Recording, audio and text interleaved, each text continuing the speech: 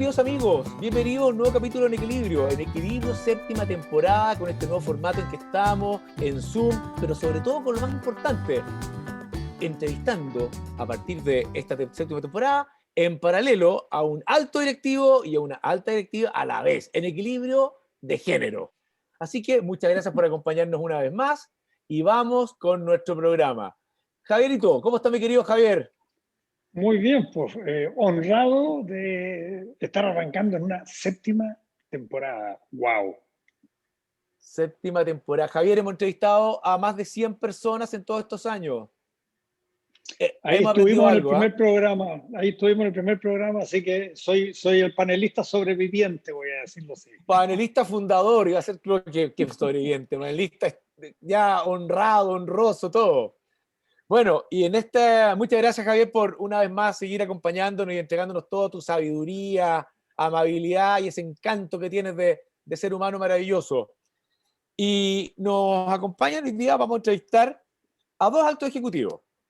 Una ella, Maribel Vidal, que tiene, y debo confesarles que, no obstante, algunos de ustedes saben que es panelista de este programa. Pero cuando estuve buscando para generar la séptima temporada en equilibrio de género, ejecutivas de alto nivel destacadas, consulté a mis distintas redes y me llegó ella, sugerida como entrevistada. Entonces dije, si tengo el honor de tenerla como panelista, ¿cómo no le voy a dar el gusto a los demás y a mí mismo de entrevistarla? Pues obvio. Así que, mi querida Maribel Vidal, bienvenida esta vez como entrevistada al programa. Buenas noches, ¿cómo estás, Sergio? Feliz de estar acá, yo me siento parte de la casa. Ah, lo eres, pues, lo eres. Bueno, Maribel es vicepresidenta de Planificación Estratégica de McCann y presidenta de Women Leadership Council para la región, Latinoamérica y el Caribe. Y además fue premio ANDA el año 2019, el año pasado, premio ANDA. Muy, muy, muy reconocida, una mujer con un tremendo impacto en la sociedad, más allá de su empresa. Y nos acompaña don Fernando Contardo. ¿Cómo está, Fernando? Bien, muy bien, Sergio. Gusto estar con ustedes y de compartir con Maribel. Con Maribel tenemos una amistad de muchos años, así que feliz de estar acá. Muchas gracias, Fernando. Fernando Contardo es gerente general de Sinacofi, una empresa que tal vez no es tan conocida fuera del mundo del crédito, donde es muy conocida, pero es muy reconocida. Es muy reconocida. Por muchos años, una empresa premiada por Great Place to Work, una empresa que ha trabajado una cultura que yo creo que tiene que ver mucho contigo, Fernando, muy, muy robusta, sólida, centrada en las personas, el respeto, inclusión femenina, diversidad, una empresa que realmente es muy destacada y destacable y por eso te tenemos acá para poder conversar sobre ciertas cosas. Así que muchas gracias, Fernando. Quiero partir esta entrevista, mis queridos amigos, con una pregunta, para romper un hielo que ya está más que roto, pero igual. Que se la estoy haciendo a todos los entrevistados. En una escala del 1 al 7, la escala chilena, porque todos entendemos eso, del 1 al 7, donde el 1 es malo, frustrante, agotador, estresante, y el 7 es exultante, maravilloso, optimista, desafiante, ¿qué nota le pondrían a su año 2020? Incluso podemos arrastrarlo hasta octubre del 2019, hacer un año, los últimos 12 meses. ¿Qué nota le pondrían tanto en el plano personal? Es una escala sin ningún valor metodológico, es de la guata. Maribel. A ver, yo creo que si hago una sumatoria entre mi vida privada, personal y la laboral, yo creo que le pondría un 6.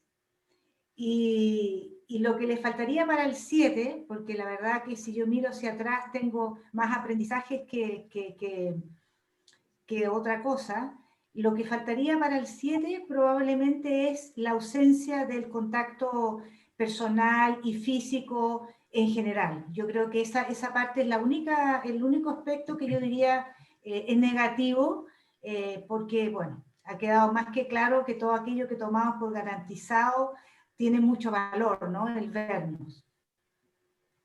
Mira, un 6 y no fue 7 nada más que por la ausencia del contacto físico personal. Así es. Muchas gracias. ¿Y tú, Fernando?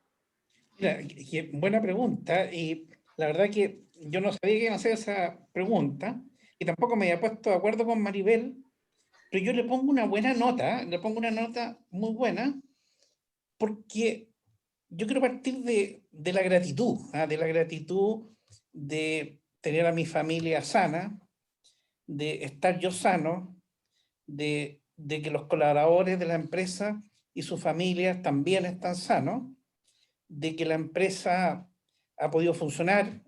Hemos funcionado en trabajo remoto desde el 18 de marzo y aprendimos rápido. A veces las circunstancias nos obligan a aprender rápido. Por lo tanto, la gratitud me lleva a ponerle una muy buena nota. Obviamente hay cosas que uno echa de menos, los abrazos, compartir. Hoy día todo es por Zoom o por otro tipo de herramienta. La verdad que yo en estos últimos días he salido un par de veces a almorzar y 2, 3 veces a cenar, y como regalo, cabros chicos, feliz. Ayer tuve un almuerzo de trabajo, pero para mí era casi un regalo. Entonces, pero la nota es buena. Yo creo que uno tiene que sentirse privilegiado de tener salud, trabajo, etcétera. Muchas gracias. ¿Y tú, Javier? No obstante eres panelista, pero ¿qué nota le pondrías? ¿Cómo ha sido tu 2020? Fíjate que yo me voy al 7 redondo porque a pesar de que no puedo dejar de coincidir tanto con la Maribel como con Fernando, de que esa cosa del reencuentro y del encuentro cotidiano físico, y creo que si algo que nos caracteriza a los cuatro que estamos conversando, a ti, Fernando, obviamente te conozco menos, pero nada más que de oírte ya uno te puede calificar, somos orientados a la gente. Y cuando tú eres orientado a la gente y te gusta la gente, eso se echa de menos. Pero la obligación del Zoom, la oportunidad del Zoom, de la cosa digital, me permitió conectar y reconectar con gente que hacía mucho que no veía. Porque como había que verla cara a cara, y está en Argentina, está en Estados Unidos, está en Europa, las veía muy poco o nunca. Pero en vista que a todo el mundo lo ve por Zoom, con los amigos argentinos me estoy contando toda la semana y los veía 2 veces por año. Y por lo tanto, siguiendo también a Fernando, hay que ser agradecido de todo lo bueno que nos da la vida, familia, trabajo, la gente que te rodea y la tecnología, este nuevo mundo que yo siempre he sido de los que le gusta el vaso medio lleno y no medio vacío, y creo que el COVID trajo muchos problemas, pero nos enseñó a comunicarnos de una forma distinta. Y yo creo que lo que hemos tenido es distanciamiento físico, pero no distanciamiento social. Yo me he acercado a mucho más gente que la que me ha alejado, gracias al COVID, voy a decirlo así. Así que yo le pongo un 7, fíjate. Mira, qué notable, qué notable. Oye, y cualquiera de los dos, Maribel o Fernando, si tuvieras que pensar el principal aprendizaje de esta era tan especial, por lo que estamos hablando, o sea, de partida nos confinamos, nos fuimos a trabajar en nuestras casas, hubo todo un tema con la tecnología. ¿Cuál fue, si tuvieras que decir, el principal aprendizaje? A ver, yo podría partir contando en el plano más profesional. Yo creo que el principal aprendizaje es la necesidad de no olvidarse nunca de que las personas tienen que estar al centro. Yo creo que en el caso nuestro nos significó acelerar todas nuestras políticas y nuestras estrategias que teníamos planteadas para el año en términos de conciliación, trabajo y familia, temas de diversidad e inclusión, y eso ocurrió así porque tuvimos que acelerar los procesos para poder sostener la energía y el engagement entre las personas, porque además, claro, nosotros pertenecemos a un grupo que se ha mencionado acá de muchos privilegios y por lo tanto claramente la gratitud es la palabra, pero esa no es exactamente la realidad de toda la gente con la que uno trabaja, por lo tanto eso le significa a los líderes una escucha y principalmente una escucha física y también emocional de cómo están los compañeros, ¿no? Porque una de las cosas que nosotros vimos es que en general el nivel de compromiso por el trabajo es alto, porque también existen incertidumbres respecto de qué pasa si digo que no puedo, qué pasa si estoy complicado porque no sé con quién dejar a los niños. Entonces, Yo creo que el principal aprendizaje para mí, en una posición de más antigüedad y de más liderazgo, es afinar mucho más la empatía y el saber escuchar entre líneas, por así decirlo, para poder tomar medidas que permitieran mantener siempre a los colaboradores al centro. Porque yo creo que la otra cosa que quedó muy claro es que da lo mismo la tecnología, da lo mismo las innovaciones. Al final, quienes hacen los grandes cambios son las personas. Entonces, si uno no tiene a las personas tranquilas, confiadas en que las cosas van a ir bien, con un mensaje claro, se hacen las cosas más difíciles. Entonces, mi principal aprendizaje es afinar la escucha muy consciente para poder leer entre líneas. Maribel, ¿y cómo te ha ido con ese aprendizaje? ¿La has podido, se te viene a la mente alguna anécdota, alguna situación? ¿Podrías decir, check? O sea, yo diría, por ejemplo, que a mí, yo llevo 26 años trabajando en Macan, obviamente no he tenido los mismos compañeros en 26 años, yo creo que debo ser una de las más antiguas, pero sí suficiente contacto con mis compañeros en el día a día, en esta oportunidad muchísimo más. Yo diría que he tenido mucho más las manos en la masa en la operación diaria que lo tenía antes. Y yo creo que, por ejemplo, aun cuando yo soy una persona muy curiosa por los otros, ¿no? Y siempre hago preguntas y me interesa genuinamente el otro, aquí me permitió conocer aspectos de mis compañeros que yo no conocía, como por ejemplo, con quién vivían, si había alguien en su grupo que era del grupo de riesgo, la cantidad de hijos que tenían, o sea, me permitió entrar a la casa de mis compañeros y además no solo de mis compañeros, también de mis clientes. Y eso también lo valoro muchísimo, ¿no? Porque se establecieron otro tipo de conversaciones, ¿no? Mucho más con la empatía, la contención. Así que, no, para mí, y yo como soy una persona social por naturaleza, eso es algo que para mí fue algo muy positivo, que me permitió también poner mis, comillas, superpoderes en acción. Sí. Qué bueno, qué bueno. Imagino que la cantidad de gatos, adolescentes piluchos y cosas que uno ha conocido, pero increíble. Yo me digo honesto permanentemente, la cantidad de cosas que uno ha conocido, pero eso es notable. Hemos aprendido, fíjate, mira la paradoja. A través de una cámara y a distancia hemos conocido más a la gente que la conocíamos antes. Tal cual. Exacto. Y tú, Fernando, tu principal aprendizaje, tú tienes que decir ese. Mira, es curioso esto. Yo, Sergio, puesto a pedir que me pida responder primero a mí, alternadamente a Maribel, porque si no va a parecer que le estoy copiando la respuesta a Maribela. Pensamos muy similar. Mira, nosotros en la empresa, yo diría que los cambios partieron con el estallido social. Que yo casualmente viajé fuera de Chile el 18 de octubre. Me demoré como 3 horas en llegar al aeropuerto. En circunstancias normales me demoro media hora. Entonces, desde fuera estuve monitoreando la situación y ahí tomamos varias medidas rápidas. Compramos notebook para muchas personas. A los pocos meses, toda la empresa tenía notebook. Tomamos medidas de seguridad informática, de tal forma de robustecer el tema de las claves para asegurar un trabajo seguro.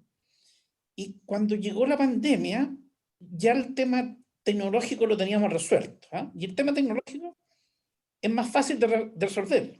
Solo se requieren recursos monetarios. Pero el tema tenía que ver con las personas. Y nosotros tomamos una decisión temprana de hacer trabajo remoto. Las gerentas de la empresa eran muy partidarias de hacerlo pronto, hacerlo pronto. Y yo diría que ellas me convencieron a mí. Yo a lo mejor me había demorado una semana más, pero teníamos dudas de cómo iba a funcionar, si la gente toda iba a actuar en forma responsable, autónoma. Y la verdad que en el camino hemos sido gratamente sorprendidos.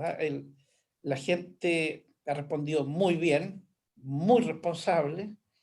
Se ha producido también un estrechamiento en la relación horizontal, vertical. hubo capacitación rápida y nosotros tomamos también muchas medidas para conversar con todos. Nosotros tenemos ciertos rituales. En épocas normales hacemos un desayuno al mes. Nosotros somos 140 personas en la empresa, por lo tanto, distribuido en 11 desayunos al año. Todos tienen la oportunidad de conversar, de plantear inquietudes. Y lo que hicimos fue tener desayunos semanales. Ya. Y también nos pasó eso, de, como señalaba Sergio, Maribel, el ver lo que les pasaba en las casas, los que tenían más dificultades, algunos que tenían niños chicos, etc.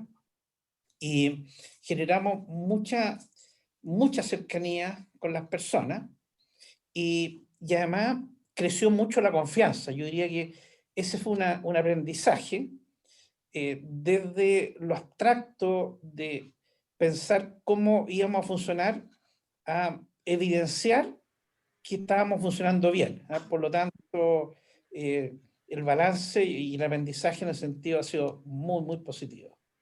Qué bueno, qué bueno. Yo sé que Javier se está mordiendo la lengua con una pregunta, pero te voy a pedir que lo hagas cuando volvamos. Vamos a ir a una breve tanda comercial y a la vuelta, Javier con su pregunta. No se vayan, volvemos en pocos minutos.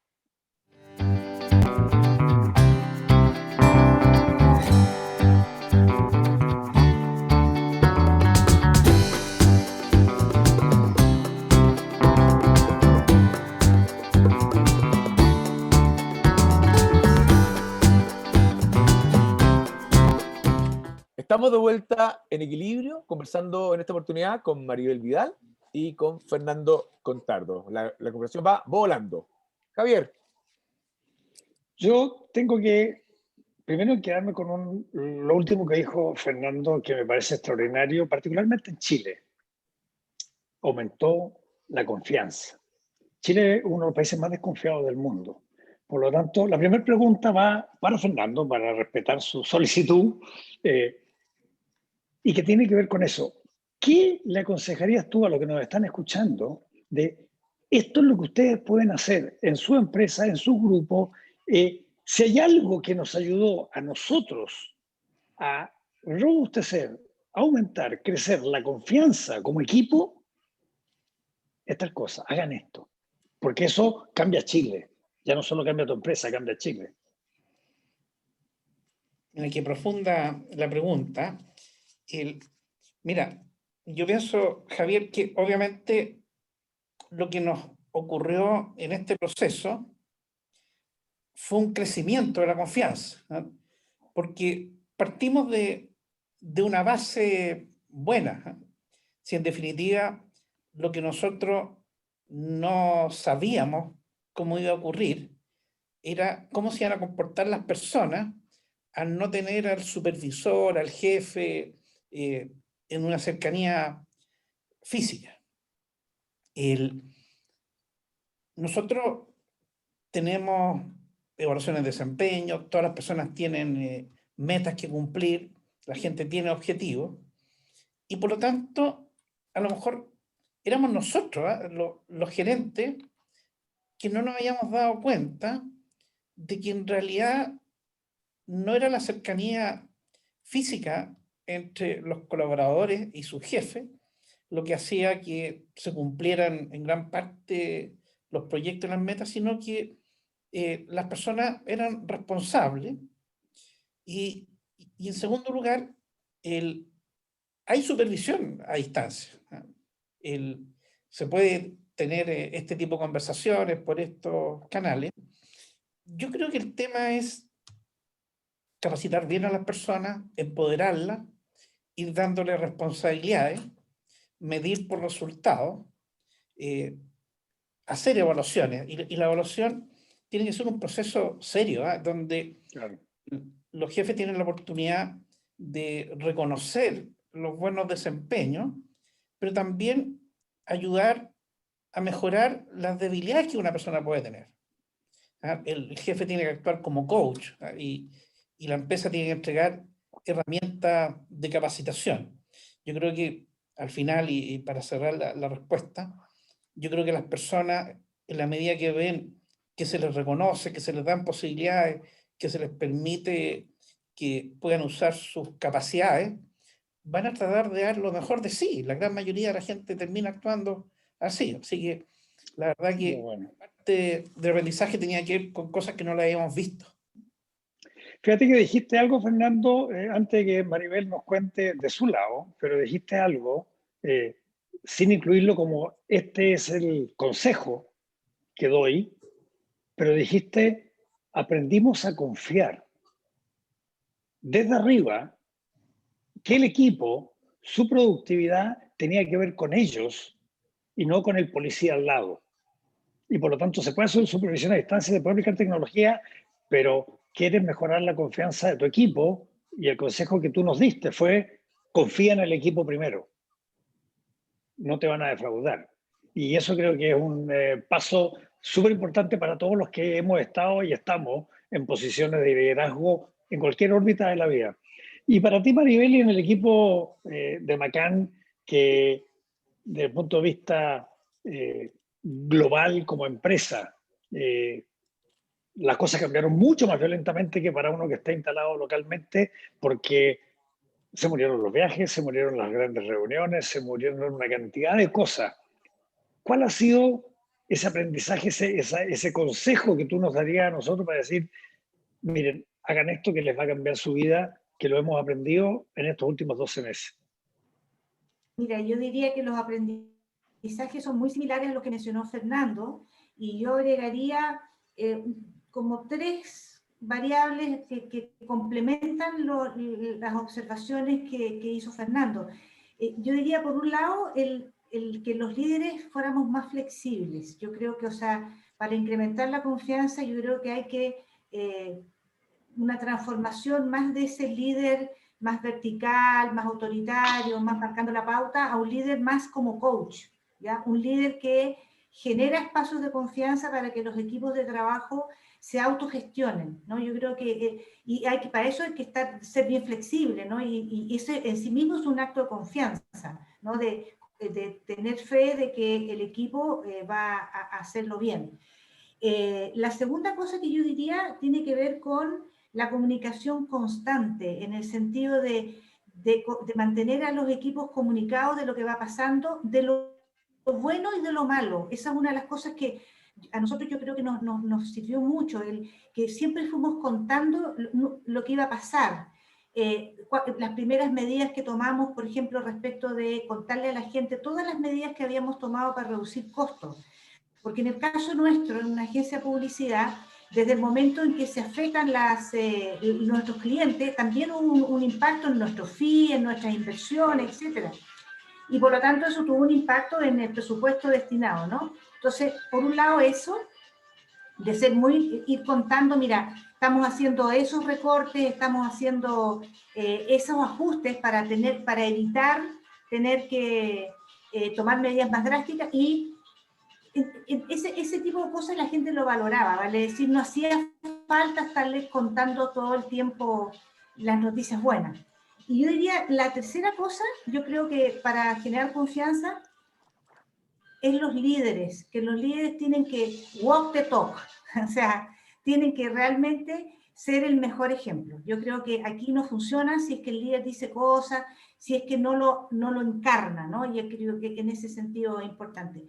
Nosotros, en la industria nuestra, que es una industria creativa, donde uno funciona con ciertas formas de trabajo, los brainstorming, qué sé yo, se imaginarán que al principio estábamos todos muertos de susto porque decían, ¿cómo va a ser esto? ¿Cómo vamos a poder hacer brainstorming a larga distancia? Pero lo que sí nos pasó es en lo que les comenté yo, de decir, mira, seamos flexibles, empoderemos a los líderes de los equipos y veamos qué pasa, esperemos los resultados. Y yo tengo fe de que eso ha funcionado incrementando la confianza entre nosotros, pero también de los colaboradores con la compañía, ¿no? Yo creo que eso es súper importante. Muy bueno.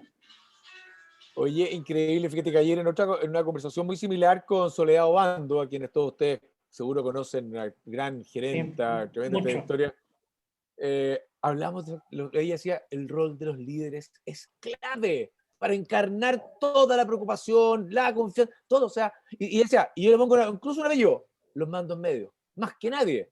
Los que están de cara a los colaboradores, es clave el rol de ellos. Ahí tenemos que apuntar, ahí tenemos que, como decía Javier, masajearlos, empoderarlos, regalonearlos para que estén en su máxima expresión. Oye, pero fíjate, Sergio, que la Maribel dijo algo que también me parece de tremenda importancia, porque habló de los líderes y lo importante que es la comunicación y la flexibilidad y el coaching y todo lo demás, pero el walk the talk, el ser ejemplo, o sea, no lo demos por sentado. La verdad es que no existe un gran líder que no predique con el ejemplo. El dicho el que predica y no practica es más viejo que... Pero muchos líderes se olvidan de esa verdad, llamémosla evidente, no revelada, evidente, pero hay que dar el ejemplo. Practica lo que predicas con tu gente, con tu equipo, con tu cliente también, porque es al final para todos los lados. Y ahí están los verdaderos liderazgos, ¿no? eso es Confiar fundamental. y practicar. Sin el liderazgo, sin la coherencia entre lo que digo y lo que hago, y lo que pienso, como dice Maturana encima. Pensar lo que pienso, lo que digo y lo que hago, es clave, obviamente. Oye, el tiempo pasa volando, nos quedan 4 minutos. 4 minutos. ¿Cómo están viendo el 2021? ¿Cómo están viendo el futuro? O más allá, un poquito más adelante. Fernando, la sugerencia, lo que tú dices, a ti primero. Sí, yo decía alternar, no necesariamente ser siempre el primero, pero bueno, voy a tomar la pregunta. Yo lo veo complejo, pero también desafiante. Yo creo que tenemos en Chile una situación económica complicada, bastante desempleo, empresas con problemas. Tal vez hasta que no tengamos la vacuna, vamos a seguir con una pandemia que se va a comportar quizás de qué forma. O sea, si en Europa hay rebrote, no veo por qué no en Sudamérica y en Chile no lo vayamos a tener más temprano que tarde, ¿eh? A lo mejor cuando pase el verano y a lo mejor antes, ¿eh? De manera que hay que ser muy cauteloso y esto obliga a ser prudente, ¿eh? Prudente en las inversiones, pero también ser innovador, ¿eh? Buscar nuevos servicios, nuevos productos. Nosotros este año tuvimos clientes afectados, con los cuales tuvimos que renegociar contratos, bajaron los ingresos, y los equipos estuvieron muy activos en generar nuevos productos que han ido compensando en buena parte el ingreso que cayó de los clientes con problemas. Por lo tanto, ese tema va a seguir y también van a salir, y están ocurriendo en muchas empresas, cambios de paradigmas, de modelos. Nosotros, por ejemplo, ya tenemos tomada la decisión de que en régimen tener un modelo de trabajo mixto, donde las personas algunos días vayan a la oficina y otros días estén en sus casas. Perfecto. Y esos cambios van a llegar para quedarse. Creo que la pandemia nos va a dejar lecciones, nos va a dejar cambios, y hay que enfrentarlo con buen ánimo, con buen ánimo. No es fácil, no hay que confiarse, pero yo creo que con esfuerzo se pueden lograr muchas cosas. Muchas gracias. Claro, Maribel. Mira, yo soy optimista por naturaleza, ¿no? Y siempre, dentro de lo posible, siempre tratar de mirar el vaso medio lleno. Sin duda que el año que viene va a ser un año que va a ser difícil por todas las razones que sabemos, más todavía en el caso nuestro, que venimos de una crisis social, sumado a la crisis de la pandemia, que cuando yo miro los estudios que nosotros hacemos a nivel global, en prácticamente todos los índices, Chile está muy por sobre el promedio, lo que me ha significado a mí tener que estar siempre explicando a Nueva York que no es que me equivoqué en hacer el estudio, sino que darles contexto para que entiendan dónde se producen las brechas, ¿no? Sobre todo en temas de ser más precavido, etc. Pero dicho eso, yo creo que si nosotros de verdad leemos lo que está pasando, tenemos una súper oportunidad de transformarnos de verdad. Yo creo que de transformarnos en el sentido de mirarnos modelos de negocio, mirarnos modelos de trabajo, mirar la innovación con otros ojos, tal vez empezar a generar espacios de alianzas entre los distintos sectores, lo público, lo privado, la sociedad civil. Yo creo que tenemos un desafío importante en afinar nuestra capacidad de diagnóstico. Yo creo que en términos generales, ¿no? Normalmente siempre las crisis se explican porque hubo una ausencia de un diagnóstico fino. El diagnóstico se da, entre otras cosas, porque solemos caer en la tentación de replicar modelos que funcionaron antes y de alguna manera tratar de replicar cosas sin darse cuenta que el entorno a veces cambió, ¿no? Entonces yo creo que nos tiene que ayudar a ser mucho más, tenemos que estar más abiertos a entender mejor el entorno, poder hacer mejores diagnósticos. Y yo creo que si uno piensa como que nosotros pensamos en términos de cómo ser un país más sostenible en el sentido económico, social, medioambiental, eso lleva de la mano un profundo conocimiento de nuestra identidad, ¿no? O sea, es imposible pensar en la sostenibilidad de cualquier organización o país si nosotros no conocemos realmente cuáles son nuestros dolores, cuáles son nuestros anhelos, cuáles son las cosas que nos mueven. Y yo creo que ahí hay yo lo veo como una gran oportunidad, que en el caso nuestro además se trenza con el proceso constituyente, que para que ocurra como soñamos que ocurra, eso significa abrir espacios de diálogo, tener que empezar a aprender a dialogar para entender más que para resolver, para conocernos y no para convencer al otro. Y yo creo que eso, si nosotros lo tomamos desde el punto de vista del aprendizaje, puede ser una transformación, una oportunidad única de transformarnos, ¿no? Y yo confío mucho en el poder, en cómo los chilenos tenemos como un gen de adaptación y de resiliencia, que en este caso yo creo que nos va a jugar a favor. Yo tengo la misma esperanza. Me quedan la mitad de las preguntas por hacerle y ya estamos súper pasados. Acá el director nos dice pasado. Así que muchísimas gracias, mi querida Maribel, Fernando, Javier, muchísimas gracias. Ganas de seguir conversando, los vamos a volver a invitar. Y a ustedes en sus casas, muchísimas gracias. Los esperamos el próximo sábado en un nuevo capítulo de En Equilibrio de Género esta vez.